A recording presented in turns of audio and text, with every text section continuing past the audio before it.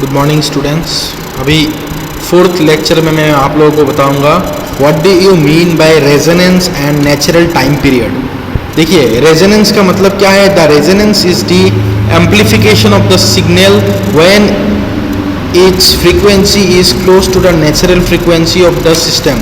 देखिए, जब कोई सिस्टम वाइब्रेट करते हैं तब वाइब्रेट करने के टाइम पे, तो रेजोनेंस का मतलब क्या है फाइनली, जो भी कोई वाइब्रेट करने के टाइम पे जो भी वाइब्रेशन का फ्रीक्वेंसी होगा वो फ्रीक्वेंसी किसके साथ मैच होगा, नेचुरल फ्रीक्वेंसी। अगर कोई सिस्टम का वाइब्रेशन होने के टाइम पे जो भी फ्रीक्वेंसी रहेगा वो नेचुरल फ्रीक्वेंसी के साथ मैच होगा या close to the natural frequency बनेगा, तब क्या होगा, उस सिस्टम का जो भी एम्पलीट्यूड होगा वो मैक्सिमाइज हो जाएगी या इंक्रीज हो जाएगी। That process of increase in the amplitude is known as the resonance. Natural time period क्या है और नेचुरल फ्रीक्वेंसी क्या है। देखिए, the natural frequency of the system is the frequency at which it will oscillate freely. जो भी frequency है जितने में बॉडी ऑसिलेट करेगा उसी फ्रीक्वेंसी को हम लोग बोलते हैं natural frequency. What is the time period? The time period is the time which is taken to complete one full cycle. जैसे यहाँ पे साइकिल है, एक यहाँ से यहाँ तक जो फुल साइकिल के लिए जितना भी टाइम का जरूरत है, that time is called as the time period.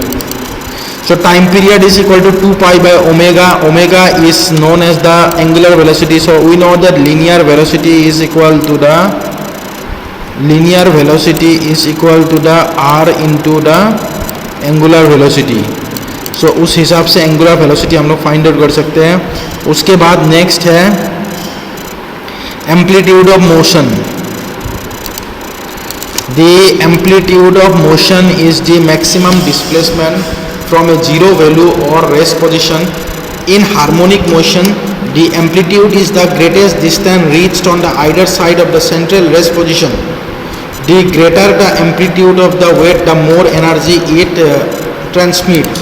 देखिए, कोई भी रेस्ट पोजीशन से जब इंक्रीज होके दोनों ही साइड मैक्सिमम वैल्यू पहुंचता है, जैसे upward this is the maximum value, downward this is the maximum value, this all maximum values are actually known as the amplitude of the system. अब जितना amplitude greater होगा उतना energy क्या होगा, उतना एनर्जी से कोई वाइब्रेट करता है, the energy will be more. उसके बाद डिग्री ऑफ फ्रीडम होता क्या है।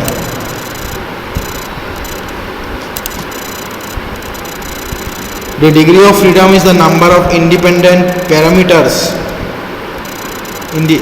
The degree of freedom is the number of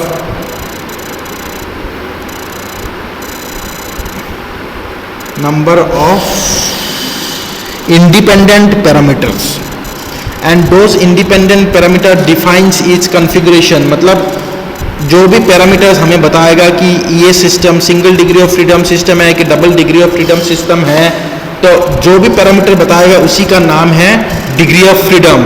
it is the number of parameters that determines the state of the physical system. जैसे this one is the one type of single mass spring system, so single degree of freedom system. This is the one type of two mass and two spring system, so 2 degree of freedom system. What is the relationship between time period and frequency? Next question है, time period और frequency के बीच में relation क्या है। We know that time period is equal to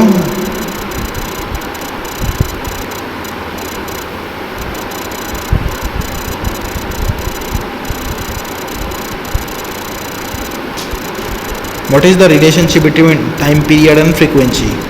Time period is equal to the 1 by frequency, या तो frequency is equal to 1 by time period। मतलब क्या है, दोनों time period और frequency दोनों vice versa और reciprocal है, दोनों के दोनों रेसिप्रोकल टू ईच अदर होते हैं।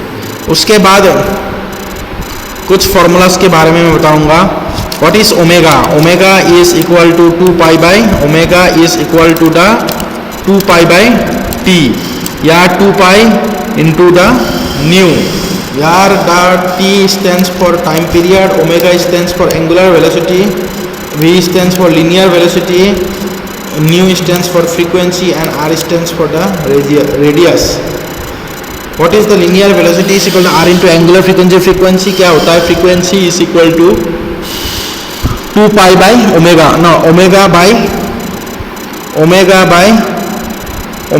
2 पाई होगा, इतना हर्ट्ज होगा। अभी मैं आप लोगों को बताऊंगा। एक पहला तो है साइनोसॉइडल कर्व के बारे में। This one is the one type of sinusoidal curve. In this sinusoidal curve, ये एक साइनोसॉइडल कर्व है। साइनोसॉइडल कर्व में एम्पलीट्यूड किसको बोलता है, टाइम पीरियड क्या होता है, डिस्प्लेसमेंट क्या होता है, सब मैं दिखा कर रखा हूँ। अब मुझे बताना है कि in the sinusoidal curve the motion can be expressed as what is the x. The x is equal to the a sin of omega t and what is the I? I is equal to a sin of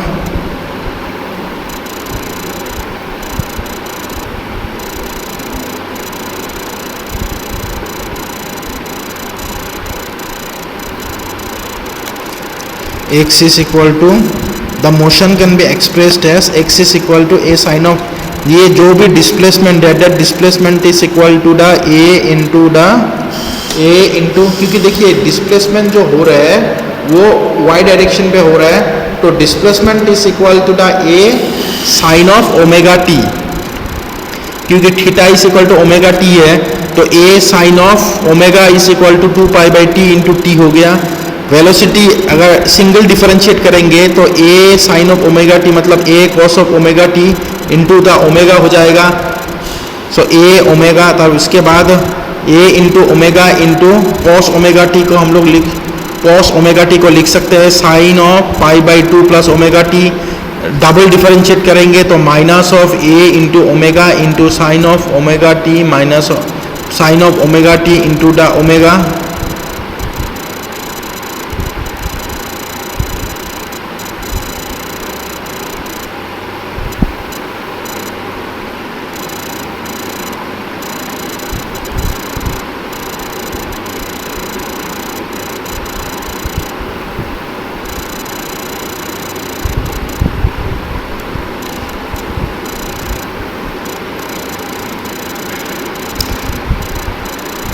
acceleration double differentiate किया, so minus of a omega sine of omega t, फिर उसके बाद omega T को differentiate करेंगे, फिर से omega आ जाएगा which is equal to, देखिए अब माइनस सिन को हटाएंगे कैसे, pi plus 180 degree plus omega T लिख देंगे तो माइनस माइनस फिर से माइनस माइनस हो जाएगी प्लस हो जाएगी, और ए इंटू ओमेगा, ये ओमेगा और ये omega, so A into omega square.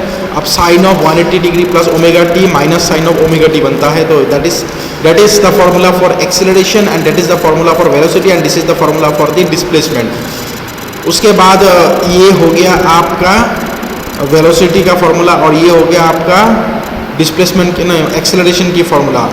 A simple harmonic motion is the one kind of simplest form of periodic motion from equation number 1 and 2, दोनों equation number 1 और equation number 2 से हम लोग ये देख पा रहे हैं कि एक्सीलरेशन जो होता है that is X double dot is equal to the minus of X into the omega square.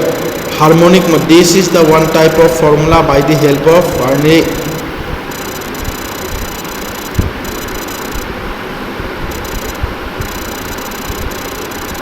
So a sin of which is equal to the harmonic motion by vector method।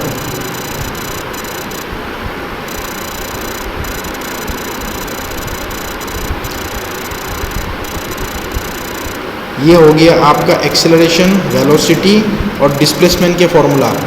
Next class में मैं आपको बताऊंगा, next lecture में आपको कुछ numericals में कराऊंगा, जो भी न्यूमेरिकल्स है based upon the angular velocity, linear velocity, frequency, time period, oscillations, इनके ऊपर जो भी न्यूमेरिकल होगा वो मैं आप लोगों को नेक्स्ट क्लास में बताऊंगा।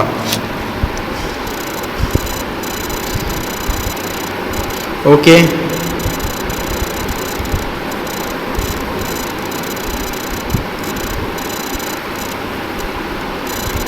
ये फॉर्मूला मास्ट है, उसको सही, इसको आप लोग याद रखना। These are the very important formulas।